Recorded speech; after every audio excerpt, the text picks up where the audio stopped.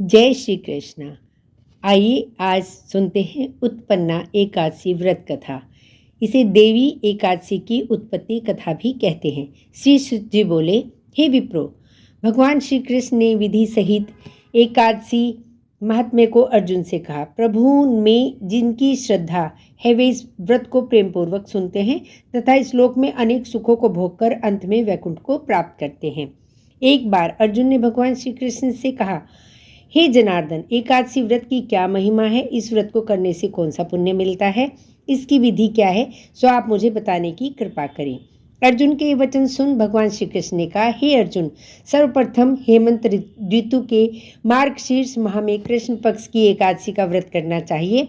दशमी की संध्या को दातून करनी चाहिए तथा रात्रि को भोजन नहीं ग्रहण करना चाहिए। एकादशी को प्रातः संकल्प नियम के अनुसार कार्य करना चाहिए। मध्याह्न को संकल्प पूर्वक स्नान करना चाहिए। स्नान से पूर्व शरीर पर मिट्टी का लेप लगाना चाहिए। स्नान उपरांत मस्तक पर चंदन का तिलक लगाना चाहिए। चंदन लगाने का मंत्र इस प्रकार है, अश्वक्रांते रथक्रांते विष्णुक्रांते वसुंधरे उद्धतरापि वराहेण कृष्णेन शतबाहुना मृत्तिके हर पाप में पापयन मया पूर्वं संचितम त्वचा हतेन पापेन गच्छामि परमां गतिम। स्नानोपरांत धूप दीप नैवेद्य से भगवान की पूजा अर्चना करनी चाहिए। रात्रि में दीपदान करना चाहिए। ये सभी सात्विक कर्म भक्तिपूर्वक करने चाहिए। रात्रि में जागरण करते हुए श्री हरि के नाम का जप करना चाहिए तथा किसी भी प्रकार के भोग विलास या स्त्री प्रसंग से सर्वथा दूर रहना चाहिए। हृदय में पवित्र एवं सात्विक विचारों को भी स्थान देना चाहिए। इस दिन श्रद्धापूर्वक ब्राह्मणों को दान दक्षिणा देनी चाहिए तथा उनसे अपने पापों की क्षमा याचना करनी चाहिए।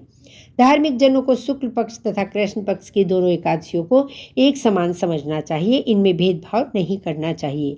उपरोक्त विधि के अनुसार जो मनुष्य एकादशी का व्रत करते हैं उनको शंखोद्वार तीर्थ एवं दर्शन करने से जो पुण्य प्राप्त होता है वह एकादशी व्रत के पुण्य के 16वें भाग के समान भी नहीं है।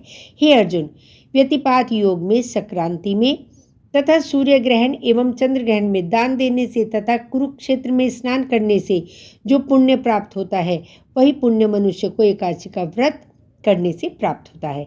हे कुंती पुत्र, जो फल वेद पाठी ब्राह्मणों को 1 सहस्त्र गोदान करने से प्राप्त होता है उससे 10 गुना अधिक पुण्य एकादशी का व्रत करने से प्राप्त होता है।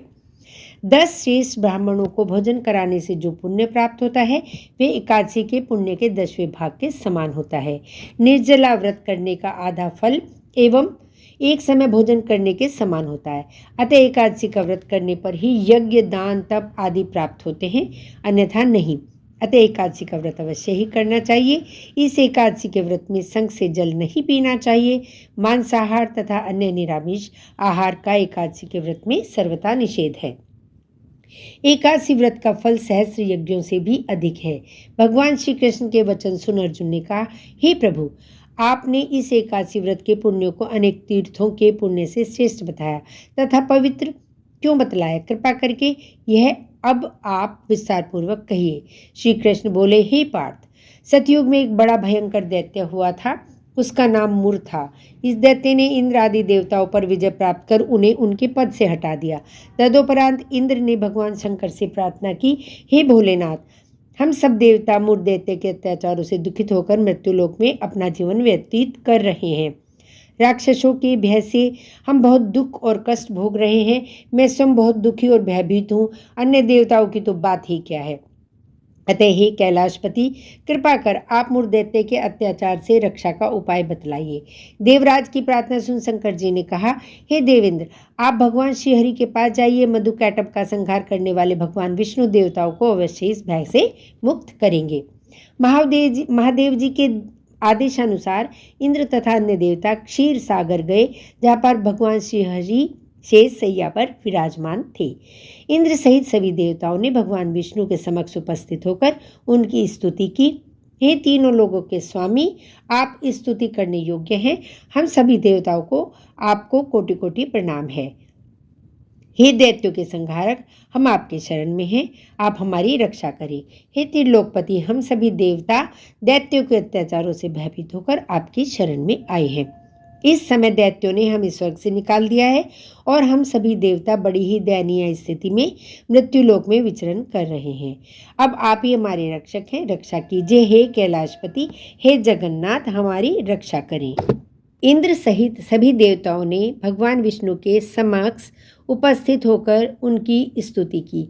हे तीनों लोकों के स्वामी, आप स्तुति करने योग्य हैं। हम सभी देवताओं का आपको कोटि कोटि प्रणाम है। हे दैत्यों के संहारक, हम आपकी शरण में हैं, आप हमारी रक्षा करें। हे त्रिलोकपति, हम सभी देवता दैत्यों के अत्याचारों से भयभीत होकर आपकी शरण में आए हैं। इस समय दैत्यों ने हमें स्वर्ग से निकाल दिया है और हम सभी देवता बड़ी ही दयनीय स्थिति में मृत्युलोक में विचार कर रहे हैं। अब आप ही हमारे रक्षक हैं, रक्षा कीजिए हे कैलाशपति, हे जगन्नाथ, हमारी रक्षा करें। देवताओं की करुण पुकार सुनकर भगवान श्री हरि बोले, हे देवगणों, यह कौन सा दैत्य है जिसने देवताओं को जीत लिया है? आप सभी देवगण किसके भय से पृथ्वीलोक में भटक रहे हैं? क्या यह दैत्य इतना बलवान है कि जिसने इंद्र सहित सभी देवताओं को जीत लिया? तुम निर्भय होकर मुझे संपूर्ण वृत्तांत बताओ। भगवान विष्णु ने इन स्नेहमयी वचनों को सुनकर देवेंद्र ने कहा, हे प्रभु, प्राचीन काल में ब्रह्मवंश में उत्पन्न हुई नाड़ी जंगम नाम का एक असुर था, जिसका मूर नामक एक पुत्र है, जो चंद्रवती नामक नगरी में निवास करता है, जिसने अपने बल से मृत्युलोक एवं देवलोक पर विजय प्राप्त कर ली है तथा सब देवताओं को देवलोक से निकालकर अपने दैत्य कुल के असुरों को इंद्र, अग्नि, यम, वरुण, चंद्रमा आदि लोकपाल बना दिया है। वह स्वयं सूर्य बनकर पृथ्वी को तापता है तथा स्वयं मेघ बनकर जल की वर्षा करता है। अतः आप इस बलशाली भयानक असुर का संहार करके देवताओं की रक्षा करें। देवेंद्र के मुख से ऐसे वचन सुन भगवान विष्णु बोले, हे देवताओं, मैं आपको शत्रु का शीघ्र ही संहार करूंगा। आप सब इस समय मेरे साथ चंद्रवती नगरी चलिए। देवताओं की पुकार पर भगवान विष्णु तुरंत ही उनके साथ चल दिए। उधर दैत्यराज मुर ने अपने तेज से जान लिया था कि श्रीहरि युद्ध की इच्छा से उनकी राजधानी की ओर आ रहे हैं। अतः अपने राक्षस योद्धाओं के साथ वह भी युद्ध भूमि में आकर गरजने लगा। देखते ही देखते युद्ध आरंभ हो गया। युद्ध आरंभ होने पर अनगिनत असुर अनेक अस्त्रों शस्त्रों को धारण कर देवताओं से युद्ध करने लगे, किंतु देवता तो पहले ही डरे हुए थे। वह अधिक देर तक राक्षसों का सामना न कर सके और भाग खड़े हुए। जब भगवान विष्णु स्वयं युद्ध भूमि में आ गए, दैत्य पूर्व से ही अधिक उत्साह में भरकर भगवान विष्णु से युद्ध करने लगे। वे अपने अस्त्र शस्त्रों से उन पर भयंकर प्रहार करने लगे। दैत्यों के आक्रमणों को श्री विष्णु अपने चक्र एवं गदा के प्रहारों से नष्ट करने लगे। इस युद्ध में अनेक दैत्य सदा के लिए मृत्यु की गोद में समा गए, किंतु दैत्यराज मुर भगवान विष्णु के साथ निश्चल भाव से युद्ध करता रहा। उसका तो जैसे अभी बाल भी बांका नहीं हुआ था। वह बिना डरे युद्ध कर रहा था। भगवान विष्णु मुर को मारने के लिए जिन जिन शस्त्रों का प्रयोग करते, वे सब उसके तेज से नष्ट होकर उस पर पुष्पों के समान गिरने लगते। अनेक अस्त्रों शस्त्रों का प्रयोग करने पर भी भगवान विष्णु उससे जीत न सके। तब वे आपस में मल्ल युद्ध करने लगे। भगवान श्री हरि उस असुर से देवताओं के लिए सहस्र वर्ष तक युद्ध करते रहे, किंतु उस असुर से विजयी न हो सके।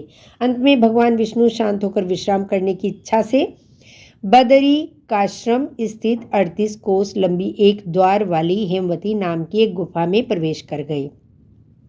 हे अर्जुन, उस गुफा में प्रभु ने शयन किया। भगवान विष्णु के पीछे पीछे वह दैत्य भी चला आया था। भगवान श्रीहरि को सोता देखकर वह उन्हें मारने को तैयार हो गया। वह सोच रहा था कि आज अपने चिर शत्रु का अंत करके सदा सर्वदा के लिए निष्कंटक हो जाऊंगा, परंतु उसकी यह इच्छा पूर्ण न हो सकी, क्योंकि उसी समय भगवान विष्णु के देह से दिव्य वस्त्र धारण किए एक अत्यंत मोहिनी कन्या उत्पन्न हुई और राक्षस को ललकार कर उससे युद्ध करने लगी। उस कन्या को देखकर राक्षस को घोर आश्चर्य हुआ और वह विचार करने लगा कि यह ऐसी दिव्य कन्या कहाँ से उत्पन्न हुई। तदोपरांत वह असुर उस कन्या से निरंतर युद्ध करता रहा। कुछ समय व्यतीत होने पर उस कन्या ने क्रोध में आकर उस दैत्य के अस्त्र शस्त्रों के टुकड़े टुकड़े कर दिए, उसका रथ तोड़ डाला। अब तो उस दैत्य को बड़ा ही क्रोध आया और वह सारी मर्यादाएं भंग करके उस कन्या से मल्ल युद्ध करने लगा। उस तेजस्वी कन्या ने उस राक्षस को एक प्रहार से मूर्छित कर दिया तथा उसकी मूर्छा टूटने से पूर्व ही उसका शीश काटकर धड़ से अलग कर दिया। शीश कटते ही वह असुर पृथ्वी पर गिरकर मृत्यु को प्राप्त हुआ तथा शेष बचे असुर अपने राजा का ऐसा दुखद अंत देखकर भयभीत होकर पाताल लोक में भाग गए। भगवान विष्णु जब निद्रा से जागे तो वह असुर को मरा देखकर उन्हें घोर आश्चर्य हुआ और वे सोचने लगे कि इस महाबली को किसने मारा है।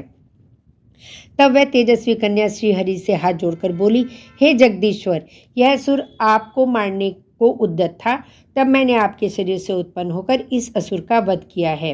कन्या के वचनों को सुन भगवान विष्णु ने कहा, तुमने इस असुर का संहार किया है, अतः हे कन्या, मैं तुमसे अत्यंत प्रसन्न हूँ। इस राक्षस का अंत कर तुमने तीनों लोगों के देवताओं को कष्ट को हरा है, इसलिए तुम अपनी इच्छा अनुसार वरदान मांग लो, मैं तुम्हारी प्रत्येक इच्छा को पूर्ण करूँगा। भगवान विष्णु के वचनों को सुन कन्या बोली, हे प्रभु, मुझे यह वरदान प्रदान करें कि जो भी मनुष्य या देव मेरा व्रत करे उसके सभी पाप नष्ट हो जाएं तथा अंत में उसे स्वर्गलोक की प्राप्ति हो जाए। मेरे व्रत का आधा फल रात्रि को मिले तथा उसका आधा फल एक समय भोजन करने वाले को मिले। जो श्रद्धालु भक्तिपूर्वक मेरे व्रत को करे वे निश्चय ही वैकुंठ लोक को प्राप्त करे। जो मनुष्य मेरे व्रत में दिन तथा रात्रि को एक समय भोजन करे वह धन धान्य से परिपूर्ण हो।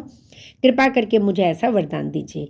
भगवान श्री हरि ने कहा, हे कन्या, ऐसा ही होगा। मेरे और तुम्हारे भक्त एक ही होंगे। अंत में संसार में प्रसिद्धि को प्राप्त होकर मेरे लोक को प्राप्त करेंगे। हे कल्याणी, तुम एकादशी को प्रकटी हुई हो, इसलिए तुम्हारा नाम ही एकादशी हुआ। क्योंकि तुम मेरे अंश से उत्पन्न हुई है, इसलिए संसार में तुम उत्पन्ना एकादशी के नाम से विख्यात होंगी। तथा जो मनुष्य इस दिन व्रत करेंगे उनके समस्त पाप समूल नष्ट हो जाएंगे। तुम मेरे लिए अब तीज, अष्टमी, नवमी तथा 14 से भी अधिक प्रिय हो। तुम्हारे व्रत का फल सब तीर्थों के फल से भी महान होगा। यह मेरा अकाट्य कथन है। इतना कहकर भगवान श्री हरि उस स्थान से अंतर्ध्यान हो गए। श्री कृष्ण ने कहा, हे पांडुपुत्र, एकादशी के व्रत का फल सभी व्रतों व सभी तीर्थों के फल से महान है। एकादशी का व्रत करने वाले मनुष्यों के शत्रुओं का मैं जड़ से नाश कर देता हूँ तथा व्रत करने वालों को मोक्ष प्रदान करता हूँ। उन मनुष्यों के जीवन के जो भी कष्ट होते हैं मैं उन्हें भी नष्ट कर देता हूँ। अर्थात मुझे अत्यंत प्रिय एकादशी के व्रत को करने वाला प्राणी सभी ओर से निर्भय तथा सुखी होकर अंत में मोक्ष को प्राप्त होता है। हे कुंती पुत्र, यह मैंने तुम्हें एकादशी की उत्पत्ति के विषय में बतलाया है। एकादशी व्रत सभी पापों को नष्ट करने वाला और सिद्धि प्रदान करने वाला है। श्रेष्ठ मनुष्यों को दोनों पक्षों को एकादशियों को समान समझना चाहिए, उनमें भेदभाव नहीं करना चाहिए। जो मनुष्य एकादशी महात्म्य का श्रवण एवं पठन करेंगे उन्हें अश्वमेध यज्ञ के समान फल प्राप्त होगा। यह मेरा अकाट्य वचन है। अतः इस कथा का सार यही है, एकादशी भगवान विष्णु की साक्षात शक्ति है। जिस शक्ति ने उस मूढ़ नामक असुर का वध किया जिसे भगवान भी पराजित करने में असमर्थ थे, उस शक्ति के समक्ष मनुष्य के पाप रूपी असुर भला कैसे टिक सकते हैं। जिस शक्ति ने देवताओं के कष्ट को हर कर उन्हें सुख प्रदान किया वह प्राणी मात्र को क्या नहीं प्रदान कर सकती। अतः देवी एकादशी की कृपा से सुख, समृद्धि, शांति तथा मोक्ष समस्त प्रकार के सुख सहज ही प्राप्त हो जाते हैं। जय श्री कृष्ण।